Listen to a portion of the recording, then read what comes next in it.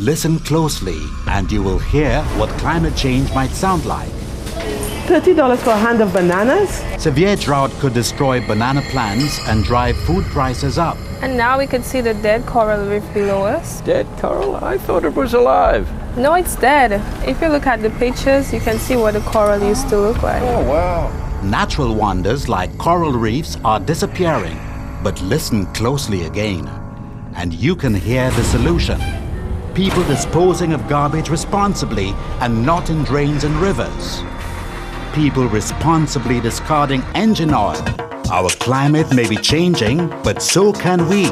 Making small changes together can have a huge effect on reducing the impacts of climate change. Act now. Rally. Rethink. Respond. This message is brought to you by the OECS Secretariat with funded assistance from USAID.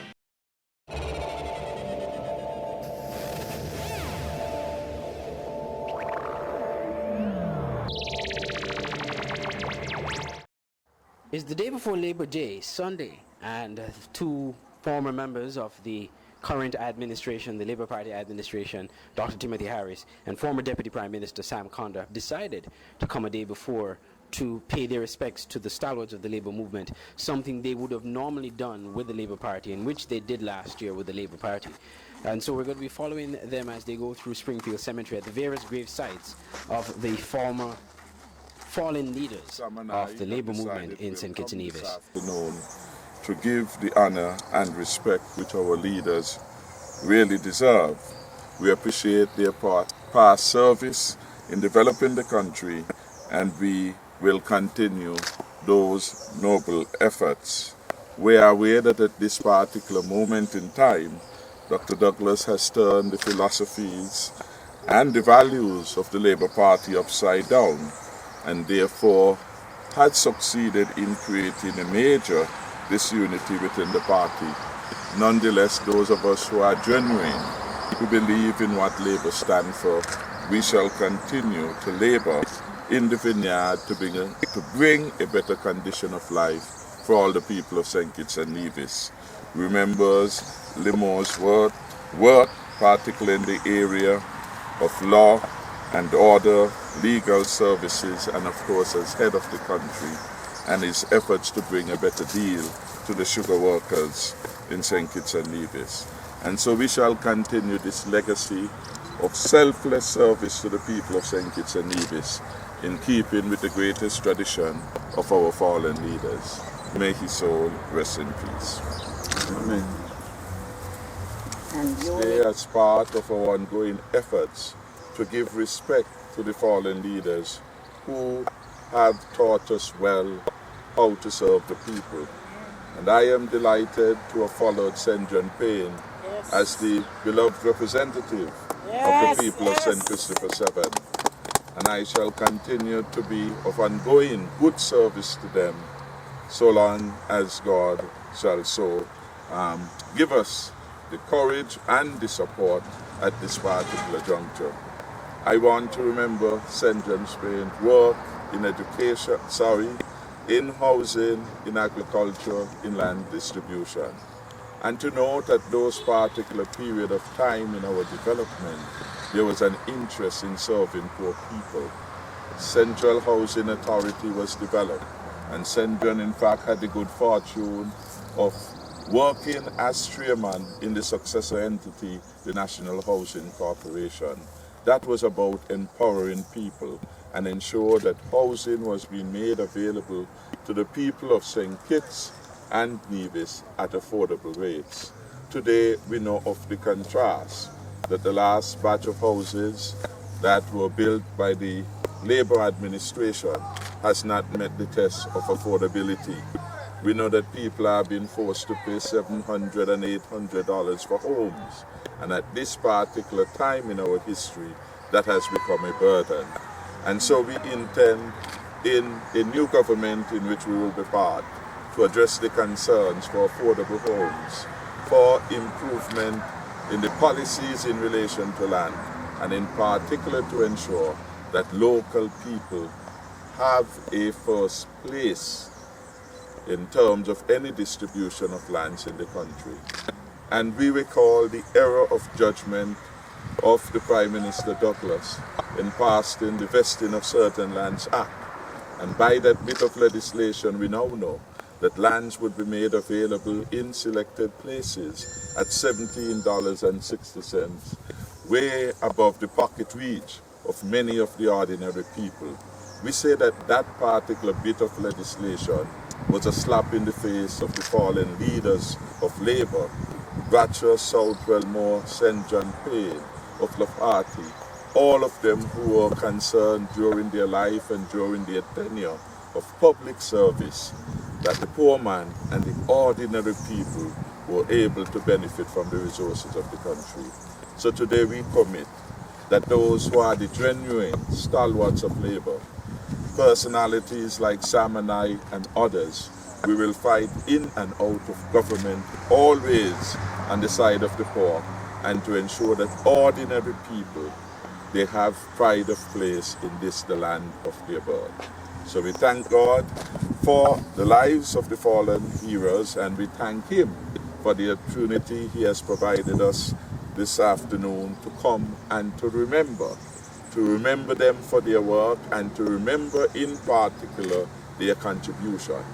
And even as we remember their legacy and their contribution, we remember that there is so much work still to be done to ensure the fulfillment of their vision and their dream of a St. Kitts and Nevis in which all are endeavoring and all are achieving. So we give God thanks for their lives and for our own lives. Thank you for coming today. Ending our annual pilgrimage to the gravesites of our fallen heroes where we started. And we have come to celebrate the life of all of our heroes. When you look up, We are at the graveside of His Excellency, the Right Excellency Robert Llewellyn Bradshaw, our first national hero and father of our nation. We have moved on from here and we have walked the four corners of Springfield Cemetery where their remains are buried.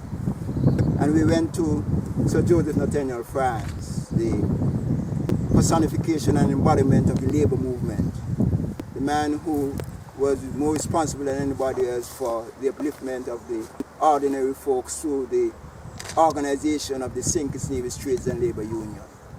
And you know how he labored in the vineyard during his years on this side of paradise for the fulfillment of betterment of our people. Then we went on to the late Caleb Azariah Paul Southwell, the architect of the modern economy of St. Kitts and Nevis, who was responsible for the development of tourism and the light industry and trade and those areas, and we know the work that he did.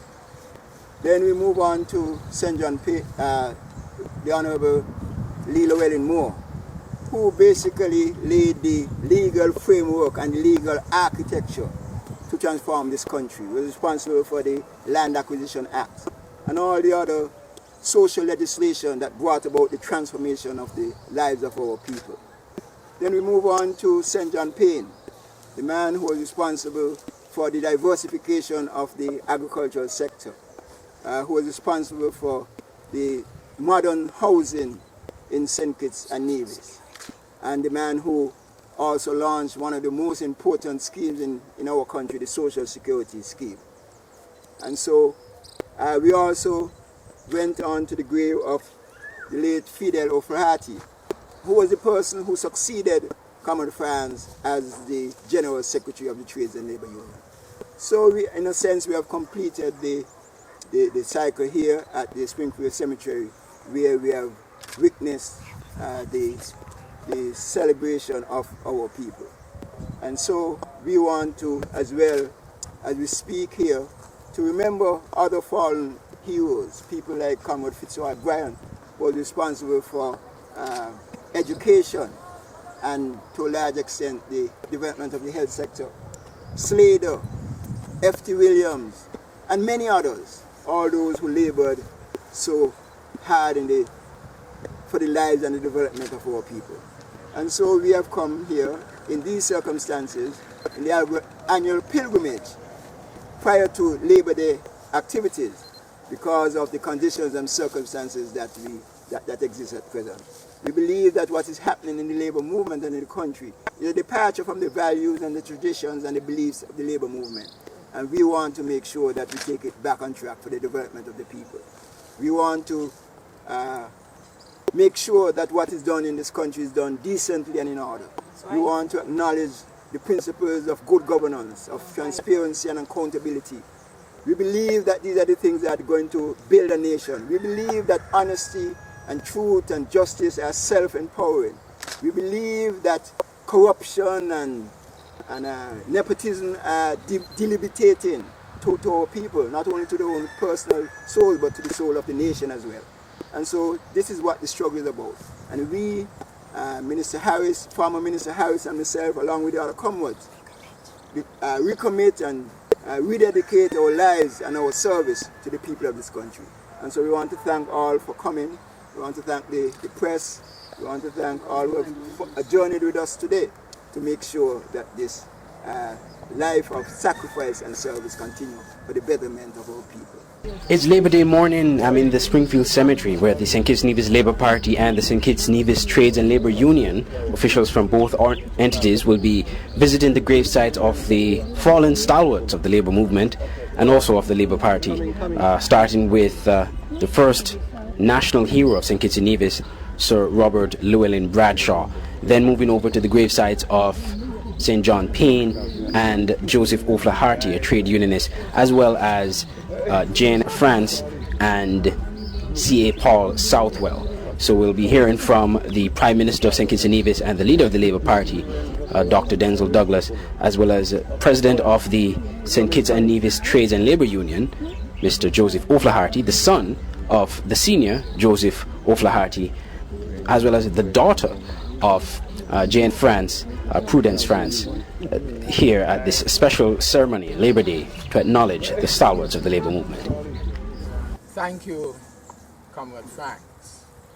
May I, of course, recognize my colleague ministers of government, the cabinet, federal cabinet of St. Kitts and Nevis, and the leadership of the St. Kitts and Nevis Trades and Labour Union, and also the grandchildren of our dearly departed leader, the Right Excellent Sir Robert Llewellyn Bradshaw.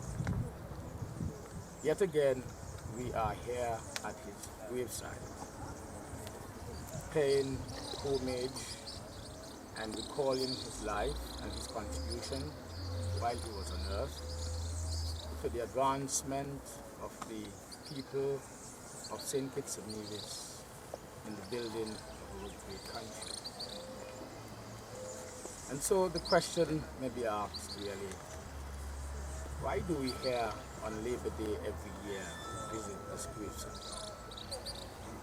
It is because really we want to remember him and we want those who do not know of him to know him. He was born in St. Paul's back in 1960, on the 16th day of September to be exact.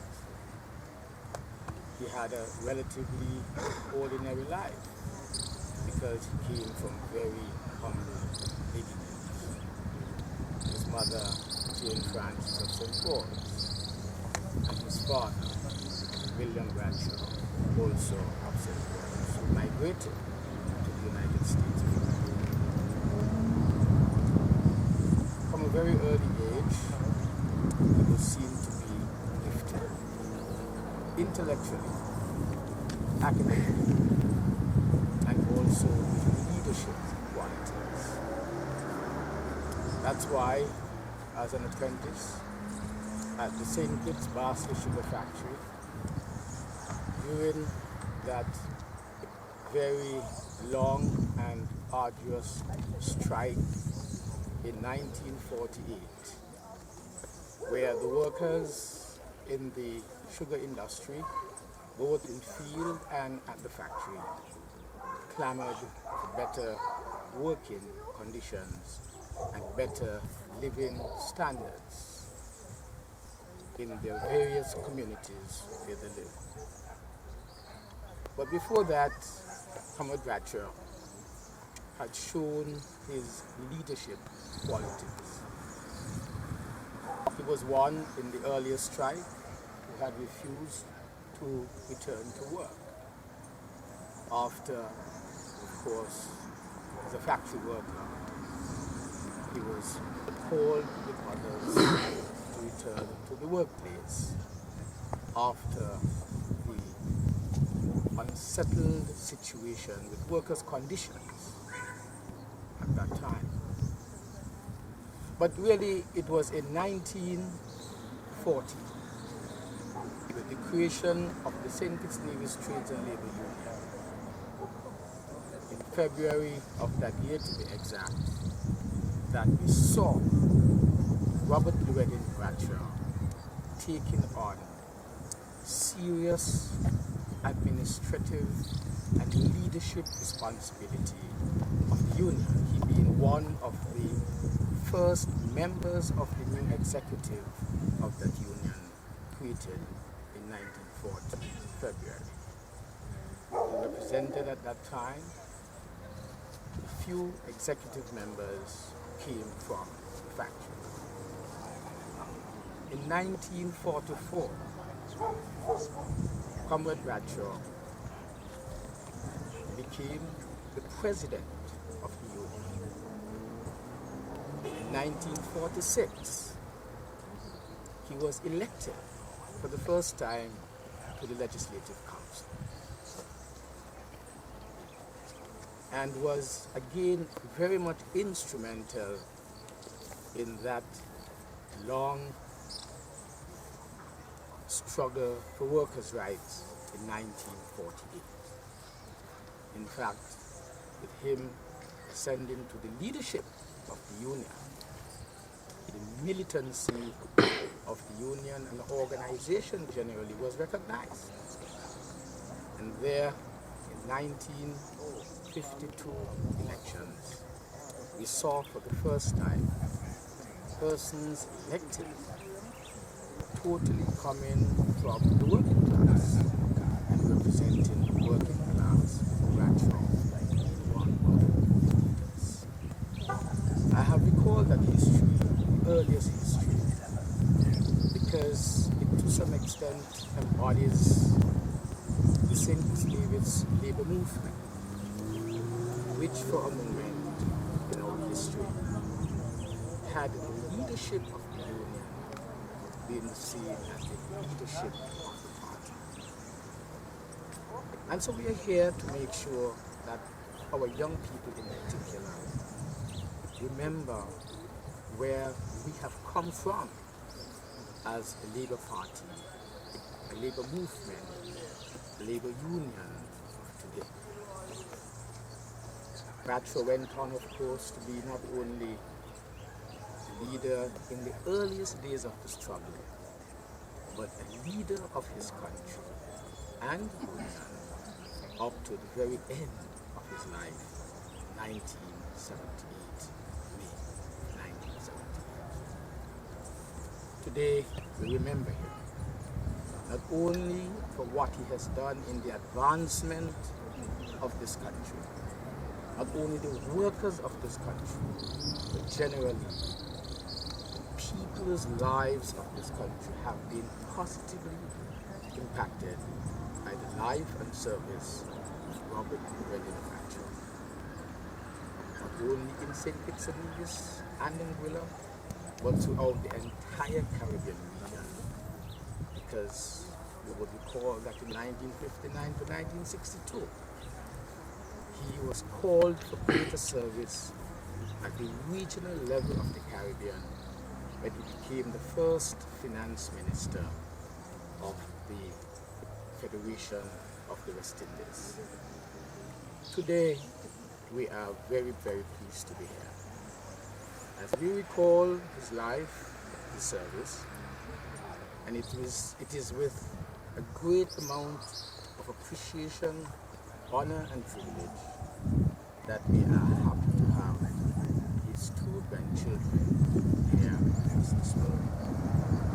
We will now have, at the end of this ceremony, we'll have these children memory not only of their grandfather, in memory of great Haitian television national hero who has done so very much and who had so very little and who had such a short time to do what he's done for the people of St. Kitts and Nevis. Thank you.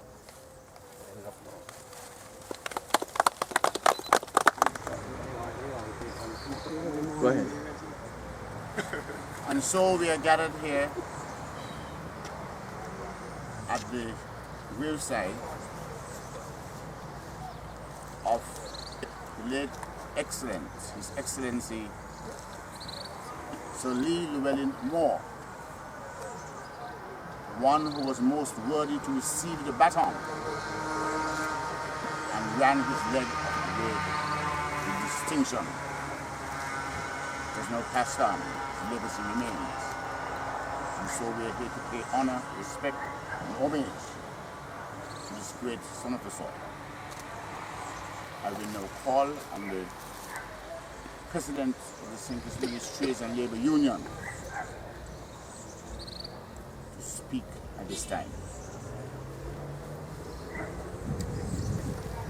Good morning, everyone, comrades.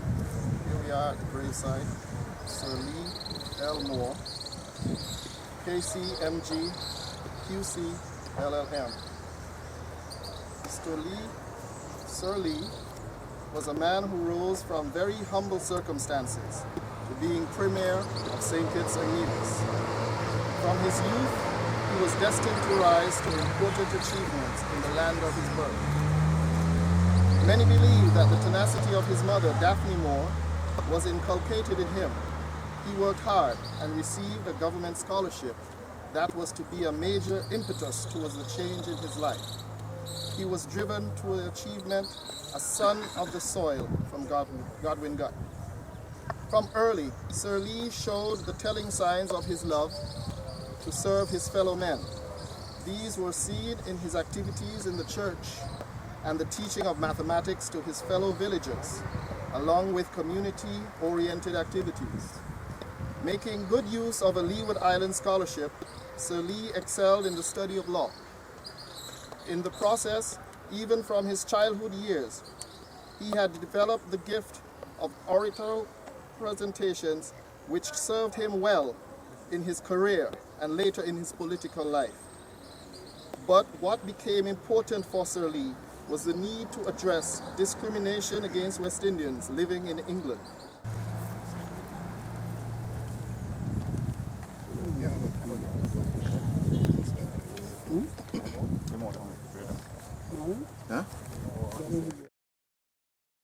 Listen closely and you will hear what climate change might sound like. Hurricanes getting stronger and more frequent. Glaciers melting, causing a rise in sea levels. Dry bush burning after a prolonged drought left the bushes vulnerable to fires. What? No water again? But listen closely again and you will hear the solutions. People switching to energy-saving light bulbs. People building stronger homes that can withstand hurricane force winds. Our climate may be changing, but so can we. Making small changes together can have a huge effect on reducing the impacts of climate change. Act now.